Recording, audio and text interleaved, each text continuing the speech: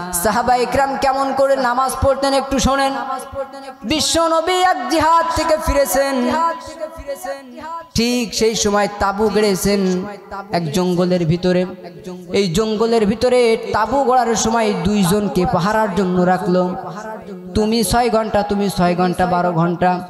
দুইজনকে যখন পাহারার জন্য নির্ধারিত করে দিলেন আমার নবী, সঙ্গে সঙ্গে দুইজন বিভক্ত হয়ে দাঁড়িয়ে গেলেন। সবাই যখন ঘুমিয়ে পড়লো, দুই বন্ধু দাঁড়িয়ে দাঁড়িয়ে পাহারা দিচ্ছে।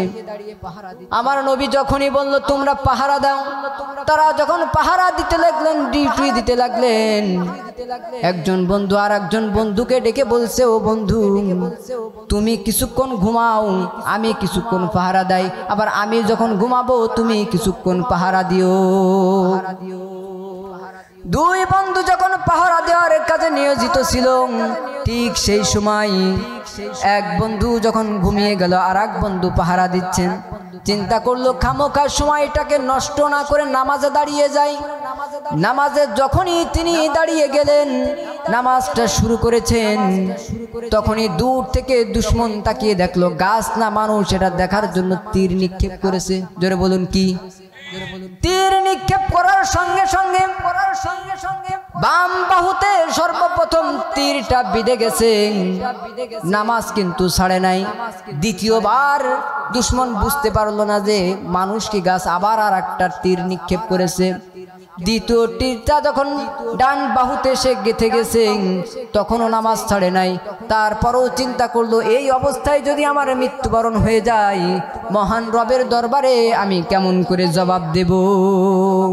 সঙ্গে সঙ্গে সালাম ফিরে নামাজটাকে শেষ করলো। পাশে ঘুমায় থাকা বন্ধুটাকে ডাক দিল। বন্ধু উঠে দেখে তার গায়ে তীর বিদ্ধ, রক্ত টপ টপ করে পড়তেছে। বলল বন্ধু তোমার এমন অবস্থা কেমন করে হলো? বলার সঙ্গে সঙ্গে বলতেছে, বন্ধু তুমি যখন ঘুমিয়ে গেছো, আমি চিন্তা করলাম খালি খালি সময়টাকে নষ্ট না করে আমি নামাজের ভিতরে সময়টাকে কাটিয়ে দেই। তখনই একটা তীর আসলো, আমি টের পাই নাই। দ্বিতীয় আর একটা তীর আসার পরে আমি বুঝতে পেরেছি। আমি মনে মনে চিন্তা করলাম, যদি বিশ্বনবী এই তীরের আঘাত খাওয়ার কারণে যদি বিশ্বনবী আক্রান্ত হয়, এই চিন্তা গেলেও তেলাওয়াতে এত মজা পাচ্ছিল, জীবন গেলেও আমি নামাজ ছেড়ে দিতাম না। চিৎকার মেরে বলুন আল্লাহু আকবার। আজকে আমরা নামাজ এমন আদায় করি না, মশায় কামড়ালেও মাথা নষ্ট হয়ে যায়। কথা বলুন ঠিক কিনা? হযরতে মূসা আলাইহিস সালাতু ওয়াস সালামের জামানায় একজন মহিলা আসলো। আসার পর মহিলা বলতেছে, হে আল্লাহর নবী মূসা, আমি একটা প্রশ্ন আপনাকে করি। আমি জেনা করেছিলাম, আমার একটা সন্তান হয়েছিল, এই সন্তানটাকে আমি আছাড় দিয়ে মেরে ফেলেছি। ও আল্লাহর নবী মূসা, আপনি বলে দেন আল্লাহ কি আমাকে মাফ করবে? বললো কোনোদিনও মাফ করবে না, তোমার থেকে খারাপ মানুষ পৃথিবীর জগতে আর একটাও নাই। হযরতে মূসার কাছে জিবরাইল আমিনকে পাঠিয়ে দিলেন। জিবরাইল এসে বলতেছে, ভাই মূসা, এর থেকেও খারাপ মানুষ এই পৃথিবীর জগতে এখনো আছে। সঙ্গে সঙ্গে বললো এর থেকে খারাপ মানুষ কারা? হযরতে মূসা আলাইহিস সালাতু ওয়াস সালাম বলছেন যে তাড়াতাড়ি বলো এর থেকে খারাপ মানুষ কারা? বলছে এর থেকে খারাপ মানুষ হলো তারা যারা সামর্থ্য থাকতে সামর্থ্য আছে, শক্তি আছে, কিন্তু নামাজ আদায় করে না। এজন্য নামাজ পড়ার দরকার আছে না নাই? 3 নম্বর হলো নামাজ। 4 নম্বর হলো আল্লাহর আইন। কার আইন? ومن أعرض عن ذكري فإن له معيشة ضنكا ونحشره يوم القيامة أعمى الله أكبر। আল্লাহ পাক রব্বুল আলামিন জিকিরের 4 নম্বর অর্থ, জিকির মানে আল্লাহর আইন। কার আইন? আর একটু আওয়াজ করে বলুন কার আইন? ওয়ামান আ'রাদা আন যিকরি ফাইন্না লাহু মাঈশাতান দানকা। যারা আল্লাহর আইন থেকে, নিয়ম থেকে, রসম থেকে মুখ ফিরিয়ে নেবেন, রব্বুল আলামিন বলেন যারা আল্লাহর আইন থেকে, নিয়ম থেকে মুখ ফিরিয়ে নেবে, ফা ইন্নাল্লাহু মাঈশাতান দানকান, দুনিয়ার জিন্দেগি মহান রব তাদেরকে সংকীর্ণ করে দেন। কি করে দেন? ঘুষ খেয়ে আনবে 3 লাখ 4 লাখ ক্ষতি হয়ে যাবে। কথা কন, চুরি করবে 5 লাখ 6 লাখ ক্ষতি হয়ে যাবে।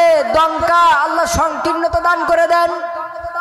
এই জন্য যে মহান মালিক সংকীর্ণ দান করেন, এই জন্য আল্লাহর প্রত্যেকটা আইন আমাদের মানার দরকার আছে না নাই?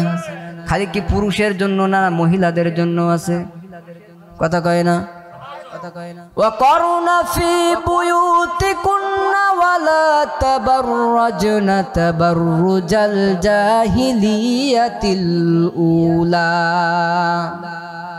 রব্বুল আলামিন কুরআনুল কারীমের ভিতরে বলতেছে ওয়াকরনা ফি বুয়ুতিকুন্না, হে মহিলারা তোমরা যখন ঘরের থেকে বের হবা তখন তাবাররুজ করো না, জাহেলি যুগের মেয়েদের মতন রূপ সৌন্দর্য করে বের হয়েও না। কার অর্ডার? এটাও কার আইন? এই আইন আজকের মহিলারা মানে। কথা কন, কত সুন্দর চেহারা, চিন্তা করে যার যত সুন্দর চেহারা সে তত দেখাতে পারলি মনে হয় সওয়াব হবে। কথা কন ঠিক কিনা? এই জন্য এই আল্লাহর আইন মানার দরকার আছে না নাই? এখন আল্লাহর আইন মানে কি? চিন্তা করেন যে যদি এখন বর্তমান যে সমস্ত বুরকা বেরোইছে, এই বুরকা দেখলে মানুষের আরো আকর্ষণ হয়। এই জন্য যদি বুরকা দেখলে আকর্ষণ হয় তাহলে আমাদের পরিবর্তন হওয়ার দরকার আছে না নাই? আর একটু জোরে বলুন, আছে না নাই? এই জন্য এই বুরকা যখন পরবা 8-8 বুরকা পরে বেরোনো যাবে না। 8-8 বুরকা পরে যারা বের হয়, 8-8 বুরকা পরে যারা বাড়ির থেকে বের হয়, এরা আল্লাহর আইনকে অমান্য করে। কথা কন ঠিক কিনা? কর না আমরের সিগা আল্লাহ পাক রব্বুল আলামিন অর্ডার করেছেন। অবশ্যই অবশ্যই জাহেলি যুগের মেয়েদের মতন রূপ সৌন্দর্য করে তোমরা বের হবে না। কিন্তু আমাদের মেয়েদের ঘর থেকে এক সময় বের হতো কোরআনের সুর আর নূর সকালবেলা হলে, কিন্তু বর্তমান সময়ে আমাদের ঘর থেকে বের হয় স্টার জলসার সুর। কথা কন ঠিক কিনা? এই জন্য আমাদের মেয়েদেরকে পর্দায় রাখার প্রয়োজন আছে না নাই? আর একটু আস্তে কোন আছে না নাই? আল্লাহ পাক রব্বুল আলামিন যে কথা শুনলাম আমাকে সহ আপনাদের সকলকে আমল করবার মতন তৌফিক দান করুক। সবাই বলুন আমিন।